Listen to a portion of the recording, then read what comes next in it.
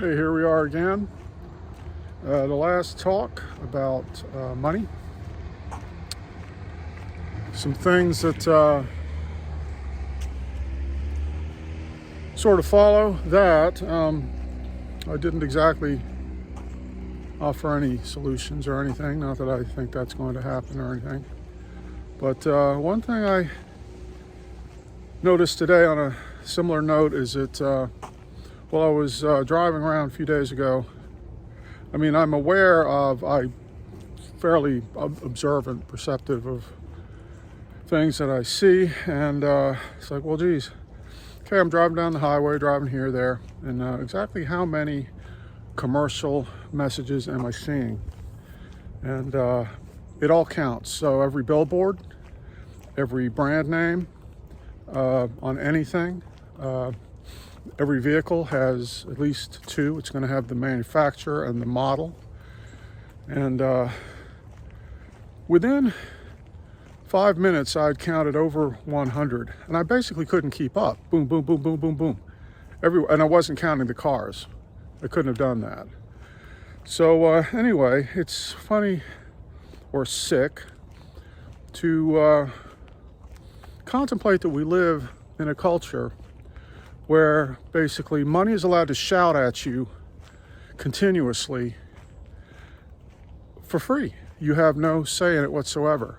They are allowed to commercialize the landscape.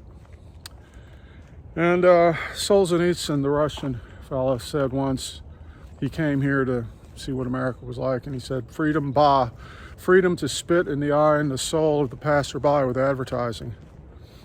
And of course, he had come from an environment where there wasn't advertising everywhere, so that's easy to understand. But because we're in it all the time, we take it for granted as part of the landscape, and it really shouldn't be.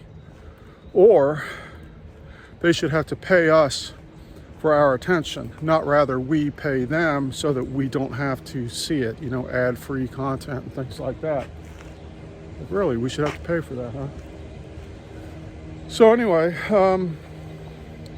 getting back to money and everything, if you consider the main dangers, threats that society is facing, and you might have a different view on what exactly that is, but bioweapons, wars, AI perhaps, these things are considered, largely to be threats.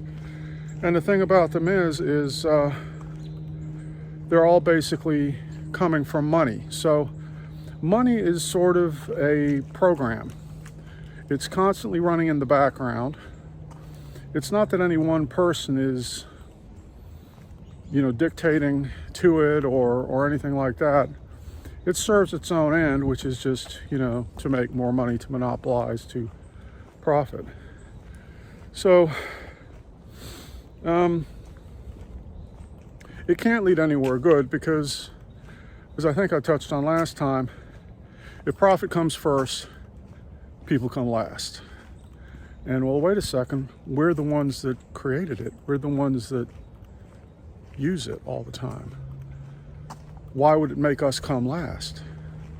So anyway, it's something to contemplate. And when it comes to solutions, I came up with the most ridiculous solution to this whole mess that would work in a heartbeat and will never, ever, ever happen. And on that, having said that, I'll tell you anyway. And I'll start off with a sort of preface. Use America as an example. And, there were, I'm not sure how many Native Americans were killed by Europeans that came over, but they were basically wiped out. I'll put the math in here. I'll look it up and the numbers. Also, they killed bison so that they're to cut off the food supply for them. And then they came up with the term eminent domain, which basically means that, God gave it all to us. Yeah, so we have a right to it, eminent domain. And this is a problem when, religion comes into things, is because it's like, oh, well, we can screw everything up. We can mess up the earth and everything because it's God's gift to us, to do whatever we want. We own it or something. But that's being oblivious to the fact that you're a part of it. Your body is part of it. You're part of everything. So anyway,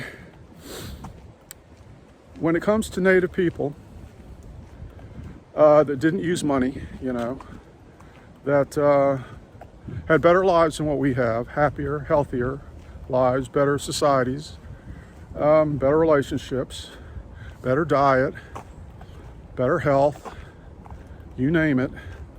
And there are still some peoples like this around the world. The Kogi in South America, Brazil, I think.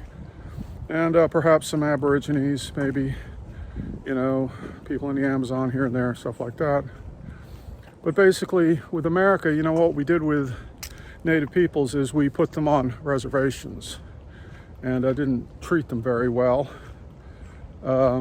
Or care for them or anything. Basically, okay, we'll give you this land that's basically worthless to us, and you can stay there. But just anyway. So, what is the solution? Put the indigenous people back in charge. Give everything back to them that was taken, that was stolen. Because in a court of law, they would have to come up with something pretty crazy to get out of responsibility for what the Europeans did. I mean, you could call it eminent domain, but I don't think that would really stand up these days. So anyway, what would it be like in a society where basically we all of a sudden, well, look at it this way, we're like the children.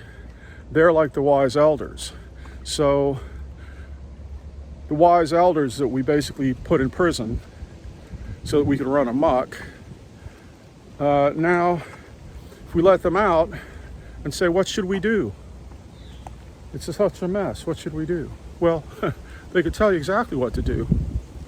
And, they do quite a bit, but hardly anyone's listening. So anyway, crazy scenario, that could ever happen. Well, it's not going to happen, but some people are still listening to indigenous people, and paying some attention to it. Whether or not anything will happen, good will come from it. On a large scale, I tend to doubt. Various things that I've been looking at, I give this civilization about 250 years to go before a collapse of some kind. That's just me. That's nothing we have to worry about so much. We won't be here unless you want to reincarnate. You see it all? So anyway,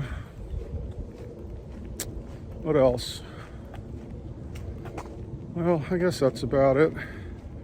I wanted to come up, I was talking to someone the other day. Guy came over to replace some from the rental company to fix something. And immediately he started talking about, politics and the war and da-da-da. And he was pretty upset and angry. And, in the past I might have discussed that with him, but what I said was just, they create these stories to stick in your head. And he said, they do. I said, yep. So that's the thing with the media. It's like, well, the media comes down to profit too. And I talked about the Atlantic magazine the other day, the New Yorkers paying for, advertising stories and stuff now. And it's all basically the same thing. Stories designed to make you feel good, feel superior, and to pay them money in some way. And so anyway, speaking of companies like that, for-profit companies, and how they present this bullshit, good guy image. The other day, it was the guy that installed the dishwasher. Well, the first dishwasher arrived damaged. Why? Because there was no packing in the box, nothing to protect it.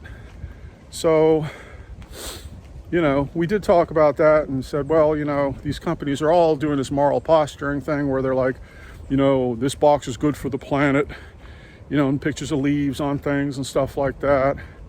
Amazon is doing that now with boxes. Like, this box contains less material, stuff like that. And it's like, yeah, but a high percentage of things get damaged, so they have to be returned. You're using gasoline to drive everything everywhere. You know, the box is just basically a sign, a billboard to make them try to advertise that they're good guys, you know. Nothing could be further from the truth. And the analogy I mentioned last time of vampires, you know, they basically, the moneyed interests suck your blood. I had this great idea for a cartoon, which I'm going to draw. And it's basically a coffin, you know, with the lid off. The vampire is leaning up in the coffin, you know, elbow on the edge or whatever, and blood dripping out maybe, something like that. And on the side of the coffin, what does it say? You know, this box is for a better planet. Right.